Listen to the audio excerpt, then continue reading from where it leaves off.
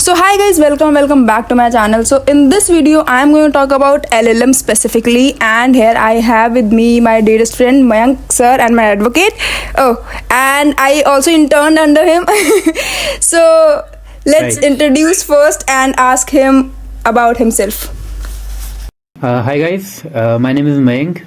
I'm a student of LLM from Delhi University, and Shilpa here is used to be our intern. I'm a practicing lawyer and also a student of LLM. Shilpa was studying in LLB in DU, so she's in more than one ways my junior, and she asked me to appear for this podcast with you guys to discuss LLM and everything else about that. So yeah, go ahead.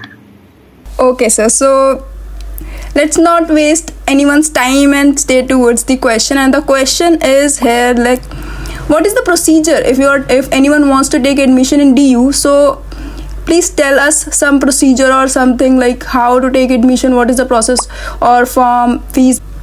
DU for if you want to pursue LLM from DU has its own separate procedure, right? So first of all, there is CLAT PG.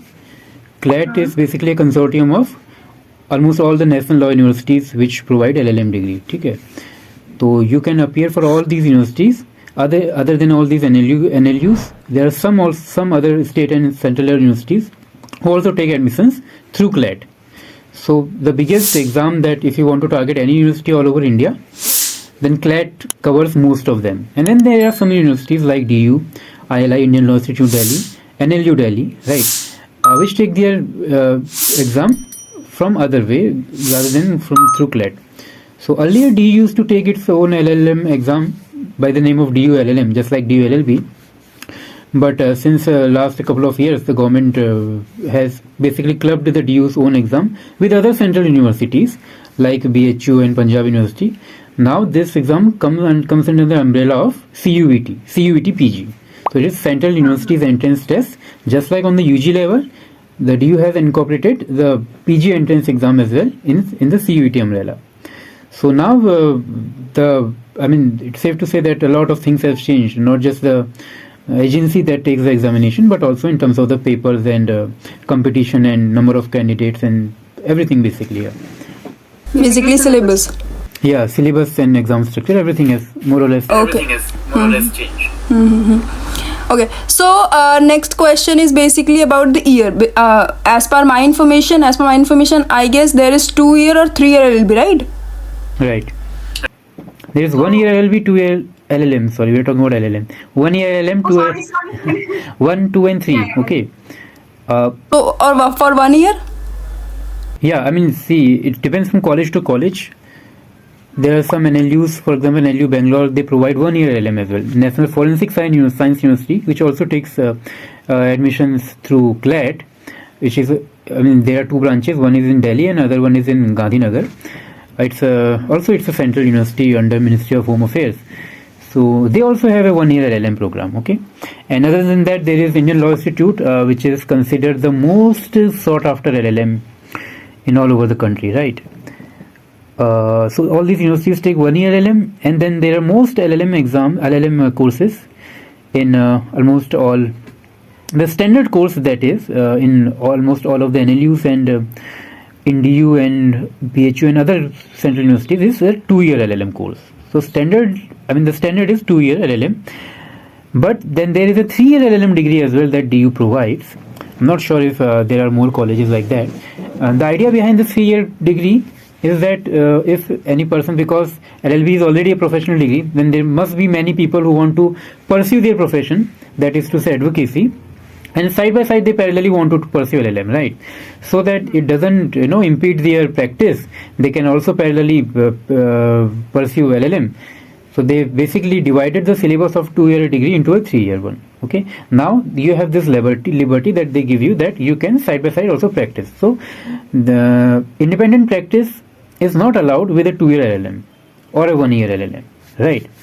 So the standard is a 2 year LLM. 1 year LLM is basically a more intense version of that. They will try to cover the whole of those syllabus of 2 years into 1 year, and 3 year LLM is much more relaxed one. They basically proliferate all the subjects from 2 to 3 years.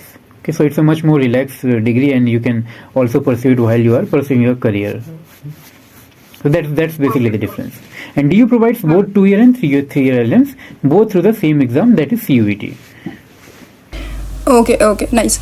Okay, basically, if we are going to concern with the specialization, like if I want to do LLM in very specific area, corporate or IPR, so is there any change if we are going with DU or some other university, or any specialization is given by us, matlab by DU, not us? Happens only at the later stages of your degree, depending upon whether you're in first year, second year, 1 year, 2 year, 3-year degree program. And that specialization doesn't have a lot of bearing upon if you want to go into corporate or litigation. The specialization doesn't really hold much. What it really is basically your exploration of your own interests that you can further explore in your PhD, right? If you want to continue studying further. So from a specialization perspective, it's LLM, a degree as a whole is not much of use in the job market, right? Whether you are being a litigator, whether you are practicing as an advocate or in a firm or in corporate, right? Or as a judge. So specialization doesn't really have much to do other than basically academically exploring your own interest and moving academically in that direction. That is purely for academic purposes. So actually my next question is related to that, like what are the career options after doing LLM from any university, or irrespective the years as well? Yeah, before coming to LLM, we need to understand that LLB is a professional degree, right? Unlike many other degrees like BSc, BA, LLB and BCA, some degrees are professional ones, and or BTech. Once you complete your professional degree, that is a bachelor's degree, the master's degree doesn't really add much in terms of your professional career scope. That's true with MTech, for example, right? In most cases, that is true. Now, what it does is that it gives you an opportunity to pursue career in academics. Okay, so for example, after doing LLB, you have options to go into litigation. You are qualified to prepare. You qualified to appear for judicial services examination, and you can also basically apply for job vacancies as legal advisor or as an associate in firms. So all these opportunities are open to you. LLM doesn't give you any other additional opportunity, nor does it give you any tangible benefit in those positions either, right? You can say that your resume will look a tad bit better that you have an LLM degree now, but it doesn't really matter, right? Because the course itself doesn't offer you much that the corporate world or the job market demands, right? It doesn't have that much that to offer because it's not focused on that. What it is focused on is academics, right? It will rather cover the theoretical aspects of what you have studied in LLB. In LLB, you learned most of the laws of the country and how to apply them, right? We studied jurisprudence or criminology, but for a very, very limited extent. LLM is basically understanding the philosophy behind all these laws and testing them where they could get better, what's wrong with these laws, what new laws can we come up with, right? So it's an academic study ultimately. So what it gives you edge in further academic pursuance, right? After LLM, if you are asking what options are open to you after LLM, the main option that will be open to you is to pursue further research. In the last year of your LLM degree, you can appear for NET exam, and if you qualify NET, you are eligible for PhD, right? And if you clear NET with good exams, you qualify for JRF, you get a stipend, and you again appear for PhD. At the same time, LLM is also a degree unlike other degrees that gives you an opportunity to go for directly teaching. LLM is good enough if you want to teach in a university, if you want to teach law graduates, right? Students of LLB, right? So that is enough of a degree. But realistically speaking, that doesn't really work like that. If you are going to teach, it's always desired that you pursue further. That means, you pursue PhD and get a doctorate, and parallelly you start teaching. So it's basically a step in that direction, in an academic and teaching direction, if you may say so. Okay. So yeah, As you also talked about judiciary, so after completing my LLM, if I want to do and I want to pursue LLM, after completing that, what is there any edge of after clearing the judiciary exam? If I am doing it. Okay, so it so happens that most students who are preparing for judiciary after LLB, who are really preparing for judiciary and only judiciary only, they also try to take admission in LLM. It's because that first of all that judiciary, I mean, taking an exam like judiciary or UPSC in Indian competitive landscape, you can never be very sure, right? Because exams are very difficult, they're very risky. It doesn't matter how smart you are, you're never 100% sure that you'll be able to qualify it, right? So you always take LLM as a option B in your preparation, right? As a fallback option. So that's how most people approach LLM, not LLM. The most judiciary aspirants approach LLM, right? They take it as an option B. Now there are some people who take it as their first option as well. And yeah, so the edge that see, first of all, if you're appearing for judiciary, LLM will not give you much of an edge, okay? But if you have completed LLM and then you appear for judiciary and qualify it, then you get a slight increase in salary compared to LLB, the judges who are just LLB qualified, and the judges who are the judges who have LLM degree will get a slight increase in their salary. That would be, I mean, in Delhi it's roughly around 10,000 a month, right? Okay. Additional, yeah. I mean, I don't know exactly how much it is, the salary, but the LLM graduate will get 10,000 additional salary roughly. But it isn't really that much if you think about it, because you're also investing 2 years or 3 years of your life in LLM as well, right? So if you count that, calculate that, and take that into account, it won't really matter that this 10,000. I mean, it's really nominal, and this is not the reason why judiciary aspirants typically pursue LLM, right? They only pursue it as a fallback option. Yeah, plan B, I guess. And then they are getting the edge that will get 10,000 or more than that. That's just incidental to that. That's not a primary thing in their mind. That okay.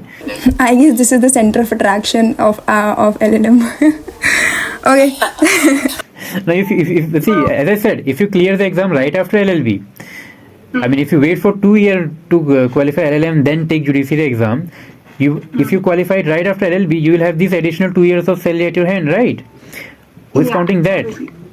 So that's something that we often miss in this calculation. But judiciary is again one of the toughest exam, I guess. Yeah, right. Yeah. So there should be a plan B for this. I mean, yeah, it is advisable to have plan B. I mean, people often get highly motivated and they just go ahead, no, मैं तो ये कर ही लूँगा, and later most people regret. It's not like people are not intelligent or smart enough, but the nature of exam itself is very, very risky, that you can't be sure of anything, right? Okay, so last question of this video is, you are doing LLM. So Right. have you ever think before that you should go with the foreign LLM, or you are advising to the upcoming generation that they should go with the foreign LLM or not? Means, what is your point of view about the foreign LLM? Or is there any career point after completing that you will get edge? Obviously they will get edge, but what is your point of view about for that? Again, it depends that from what perspective are you approaching LLM. If you are approaching it as a fallback option, it's gonna do you bad much more than the good, right? Because you are in a foreign land, and how are you gonna able to prepare with, because everything is new there, right? It's a lot of distraction if you're preparing for judiciary. But if you are approaching LLM from purely academic point of view, right? You want to pursue a career in academics, then it's always advisable that you pursue LLM from a good foreign university, right? I mean, it's no secret that the colleges outside India, foreign colleges are much better in quality, even much better than the top Indian colleges, right?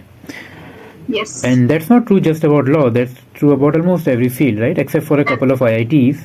In India, there are not many good colleges which can really compete with good Ivy League colleges, right, or around the globe. So even an so average college that is in the US, for example, not just talking about the Ivy League colleges like Harvard, Cambridge, but also like medium range one, has much better standard of education than the Indian one. And also because LLM is also not a study of the existing laws of your country. LLM is a study of the legal philosophy basically, right? So it doesn't really make much of a difference in that sense that you're not missing out anything if you're studying from foreign, because in LLB, if you're taking a LLB degree from some other country, then you'll have a real issue, because if you're gonna come back to India to practice, right, you need to again study Indian laws. But it's not the case with LLM, right?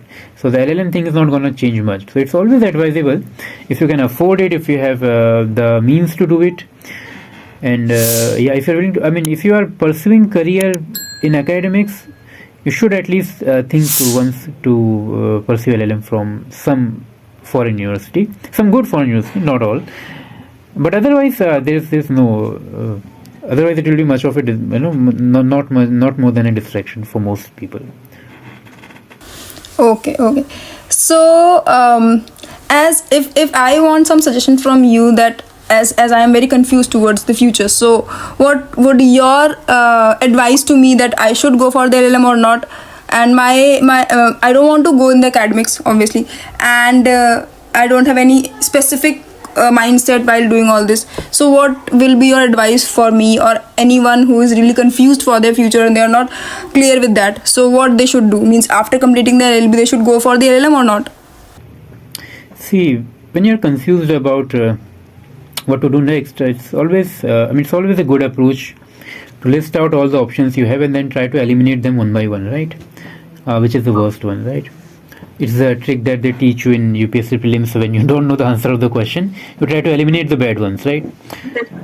So you can approach, there's nothing wrong to approach your career in that way, right? It reduces the risk of making a grave error, at least.